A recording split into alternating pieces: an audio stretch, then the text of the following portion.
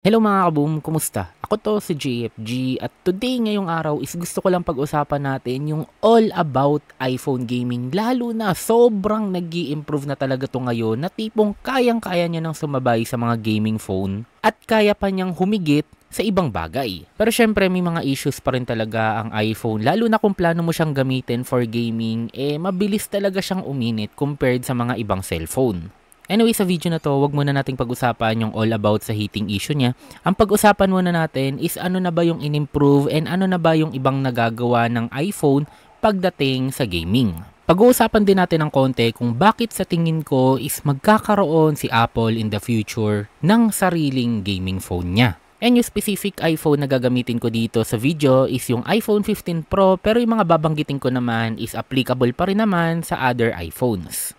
And para maging consistent yung ating gameplay at para tuloy-tuloy tayo makapag-record at hindi mag-overheat yung ating iPhone, is gagamitin natin yung cooler, yung pinakabagong cooler na pinadala ni FlyDG. Ito yung FlyDG B7X cooler na talaga namang sobrang lakas at sobrang laki niya. Magnetic na rin pala siya, pero kung sakaling walang MagSafe yung phone mo, is meron naman siyang magnetic plate na kasama dito sa box niya. Para sa akin, sobrang solid ng cooler na to para sa iPhone. Lalo na sobrang lakas kasi ng chipset ng mga iPhone. Yun nga lang, kulang na kulang ang cooling nila. Kaya pag naglaro ka ng games, saglitan lang. Iinit na talaga yan. And pag uminit, ang katumbas noon is magkakaroon na ng mga frame drops at paglalag kahit gaano pa ka-powerful yung iPhone mo.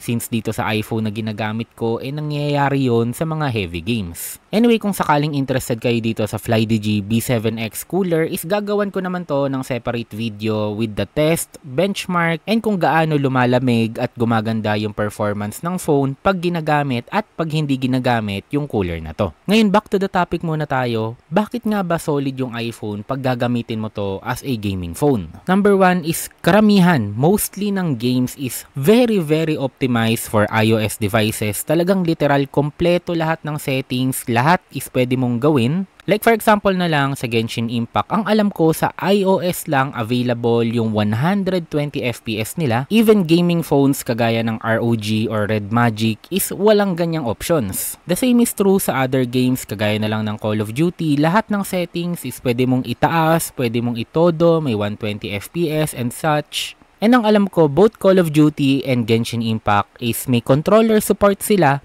dito sa iOS na wala ding nakukuha yung mga Android. Ngayon, pangalawang reason kung bakit nagiging solid ang iPhone for gaming is may mga emulators na ngayon na available for iOS. And para mag-sync in yan sa iPhone, pwede kang maglaro ng mga retro games kagaya na lang ng Pokemon. Na hindi ko na-imagine yun dati na pwede mong gawin sa iPhone without jailbreak since alam naman nating sobrang higpit ni Apple. Pero ngayon, pwede ka maglaro ng Nintendo retro games, PS1 games, kagaya na lang nitong Crash Bandicoot, or even PSP games with full controller support pa. Meaning pwede kang maglaro ng Tekken on the go, or pwede mo ring laruin yung mga old God of War games. Lupit, 'di ba? So alam ko nagagawa na to ng Android dati pa, pero iba kasi yung nakita mo na even iPhone, iOS, nagagawa na rin siya. And pangatlong reason kung bakit para sa akin sobrang solid ngayon ng iPhone for gaming, literal, pwede kang maglaro ng console games or AAA games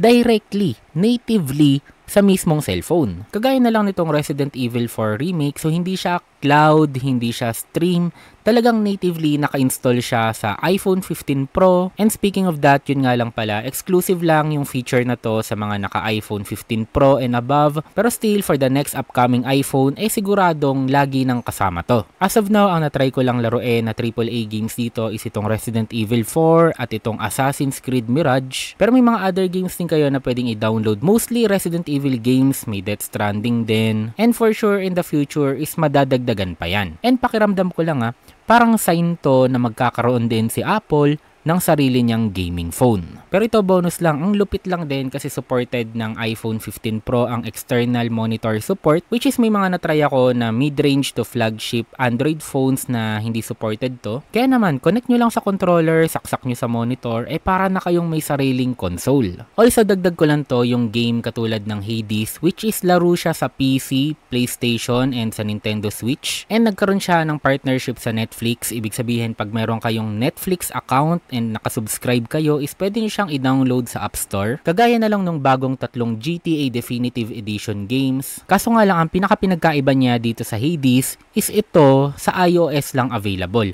Even meron kayong Netflix subscription, pag naka-Android ka, hindi mo to pwedeng i-download. Some point ko dito is in the future. Hindi ako sure pero possible na magkaroon ng mga other Netflix games na magiging exclusive lang din to sa Apple. Na tipong parang binabarahan na ni Apple yung competition, 'di ba? Kagaya ng sinabi ko kanina na yung Genshin Impact, sila lang yung kompleto yung settings, may 120 FPS.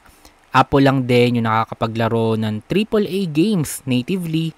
And ngayon, sa Hades, iOS lang din yung meron. Kayo mga kaboom, sa tingin nyo, sign ba to na magkakaroon si Apple in the future ng sariling gaming phone? Comment your thoughts down below. Nga pala yung gamit ko na controller kanina is galing din sa FlyDigi. Ito yung kanilang Apex 4 and gagawan ko din siya ng sarili niyang video.